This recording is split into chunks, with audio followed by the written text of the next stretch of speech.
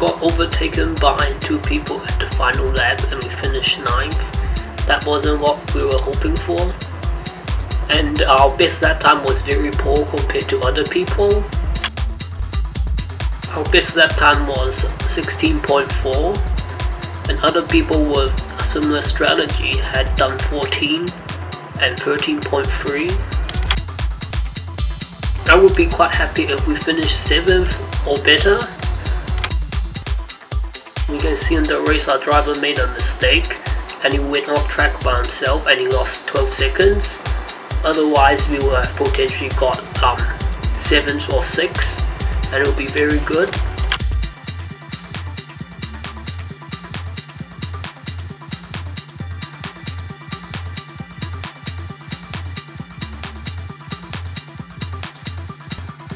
We can see that we had more of a very good qualifying, and we're able to start 5th. You can see that we still have the fastest car on the grid for this race, but then we didn't beat them because I think everyone has a similar car performance. So it may seem like we are number 1 in the car performance, but if you look at the grid, everyone has quite similar. So there might not be much difference between the 18th place car performance compared to us. If you look at our money, we're doing very good. There's only 3 people with more than 30 million in money, and everyone else has 25 million or less, and we have 50 million, and we have the fastest car, and we have done the most testing laps. So financially and investingly, we're doing very good. You can still see that all the top people with the most points haven't done much or any testing. The only person who got points now is the Sabina, because he scored first position and he went up in points, but we still have done the most testing laps. Our car performance points went up to 8, 6 and 8, and previously it was 7, 4, 7. So the more car points we have, the more difficult it will be in further testing to gain more performance. And if we do testing every 3 to 5 races, we can keep our car points similar, if not increase it a little bit. You can see that everyone is currently very competitive in early season, and if we didn't invest as heavily in testing to get more performance for midterm and efficiency, then we would struggle even more in mid-season. From the race graph, 4th position or less had similar performance.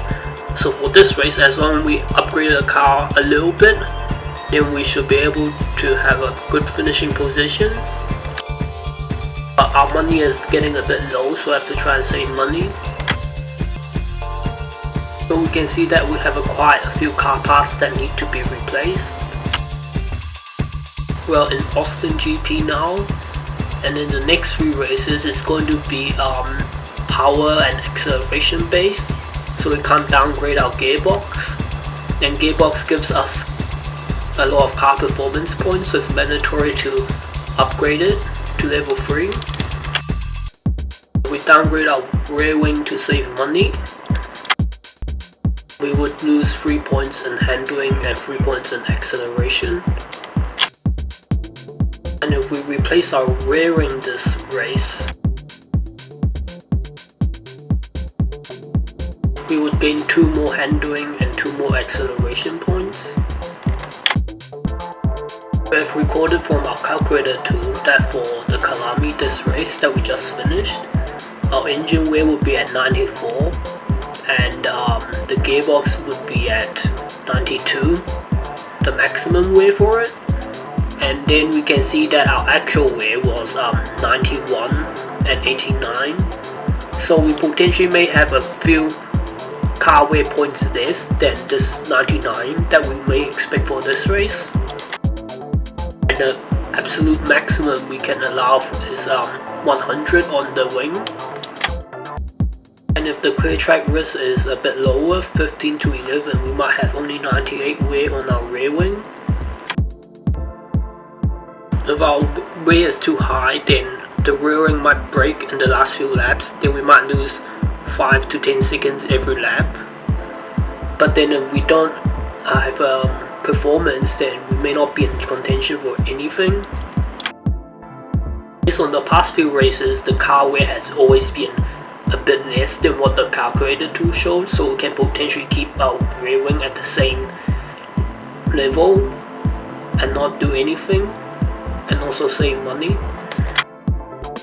Since our gearbox and engine for this race has been 3 points less than what we expected from our calculator tool, then we want to keep the rear wing the same for this race.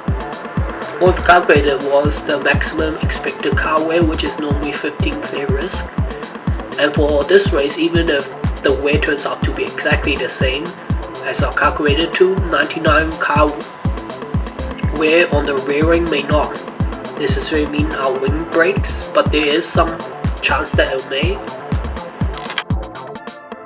So we're going to replace the engine, gearbox and brakes, and we're going to keep the rear wing the same.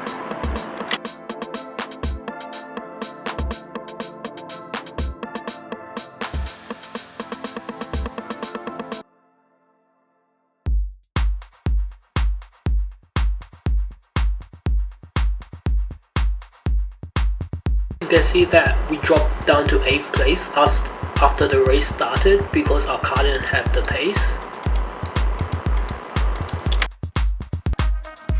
Our best rain lap time was 28.3. And if we look at the people who are competing for the race win, their best rain lap time is about 26. So we're about 2.3 seconds slower. We don't have the performance and pace at all.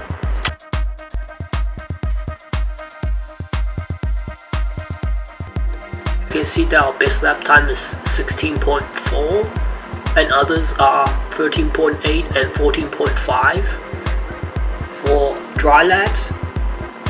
So we're about 2 to 3 seconds slower in our best lap time.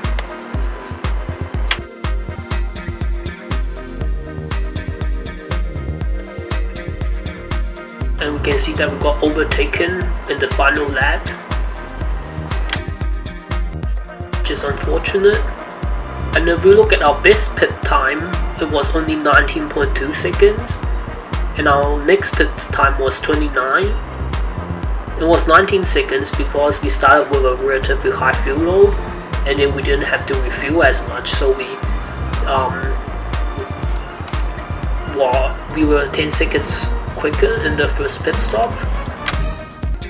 Considering our lap time, best lap time was 16.4, and others doing a similar strategy were 15, 14.8 and 13. And it's quite good that we were able to actually finish 9th, but we would have potentially finished 7th if our driver didn't make the mistake. Going to enter the wear values for this race with our calculator tool.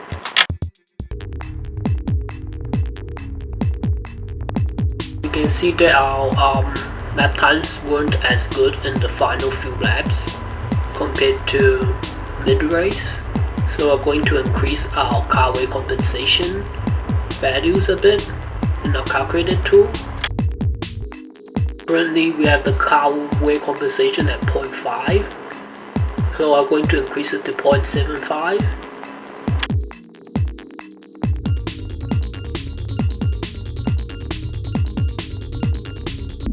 Current race lap time seems like at mid-race, near the midpoint, we had the best lap times. So we might increase the compensation a bit less, from 0.5 to 0.62. Otherwise, we would lose time in the early race. The attention needed with the sponsor negotiation is asking what we're expecting to achieve next season. Yeah, we're expecting to get a promotion.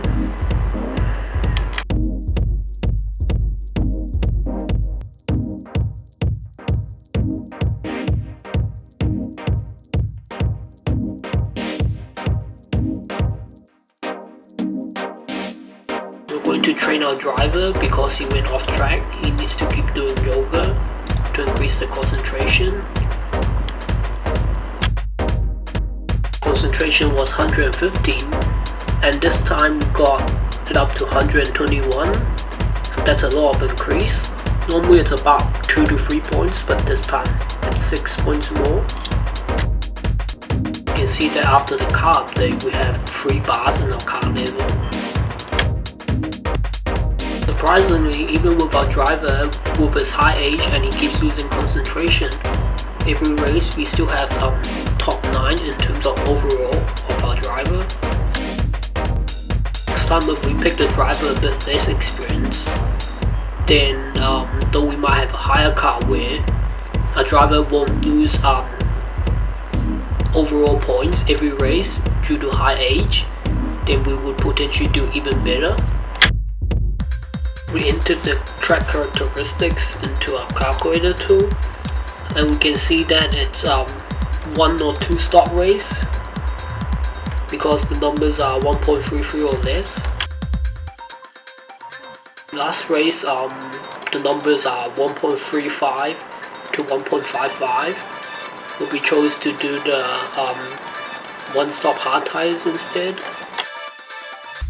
You can see that for this race there's potentially some rain.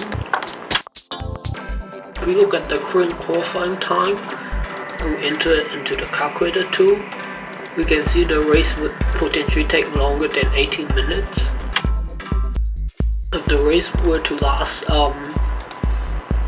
56 laps, it might be 110 minutes, so that's near the 2-hour mark. Then there would be a relatively high chance of a rain.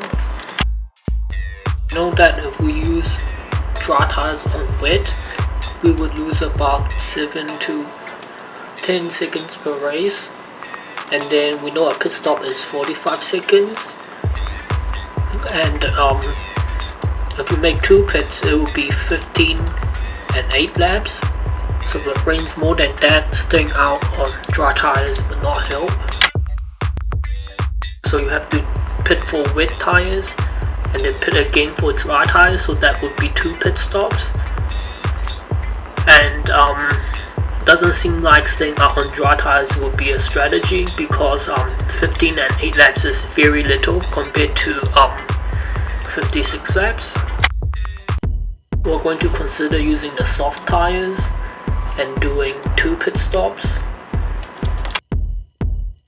So with the lower fuel load we can better swap in. So if it rains, then if it rains during a 1 pit stop, then we might have to do multiple pit stops and we lose time.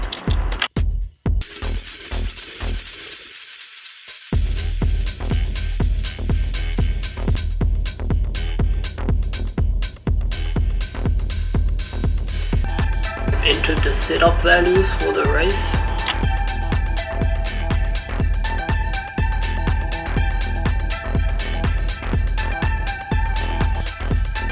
The values again, and we're going to find the setup.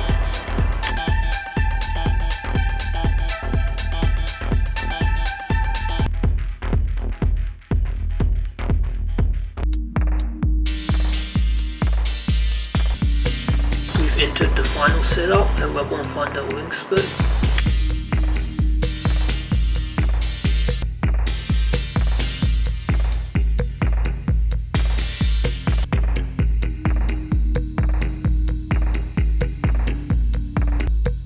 Found the optimum setup, but we also want to look at how medium tires compare to soft.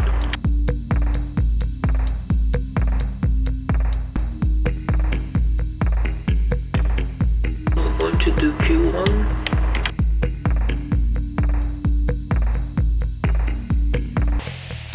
Our Q1 time isn't good because our driver made a huge mistake and he's 1 second off.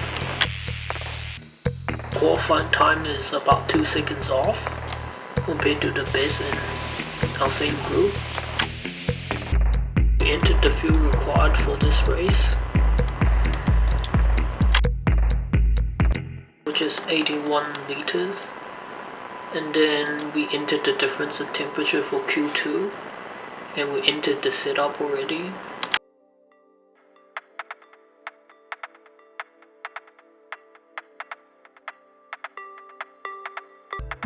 Our Q1 time was very poor, but with the higher fuel load, our Q2 time looks very good, and we were only 1.6 seconds off the best qualifying time out of 140.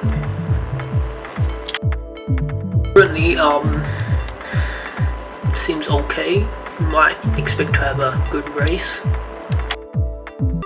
We didn't have the 1 second mistake in Q1, then our qualifying time would only be 1.9 seconds off the best qualified manager, and that would look very good because all of the other managers are 0.6 seconds slower. Then that would make us 1.2 seconds slower, and our qualifying time would look very good. We also entered the fuel load for the race, and we're doing 19, 19 and 20 laps. That gives us 2 more laps than the total laps. We're not doing any boost laps this race because our rear wing is a bit high, and we finished the race setup.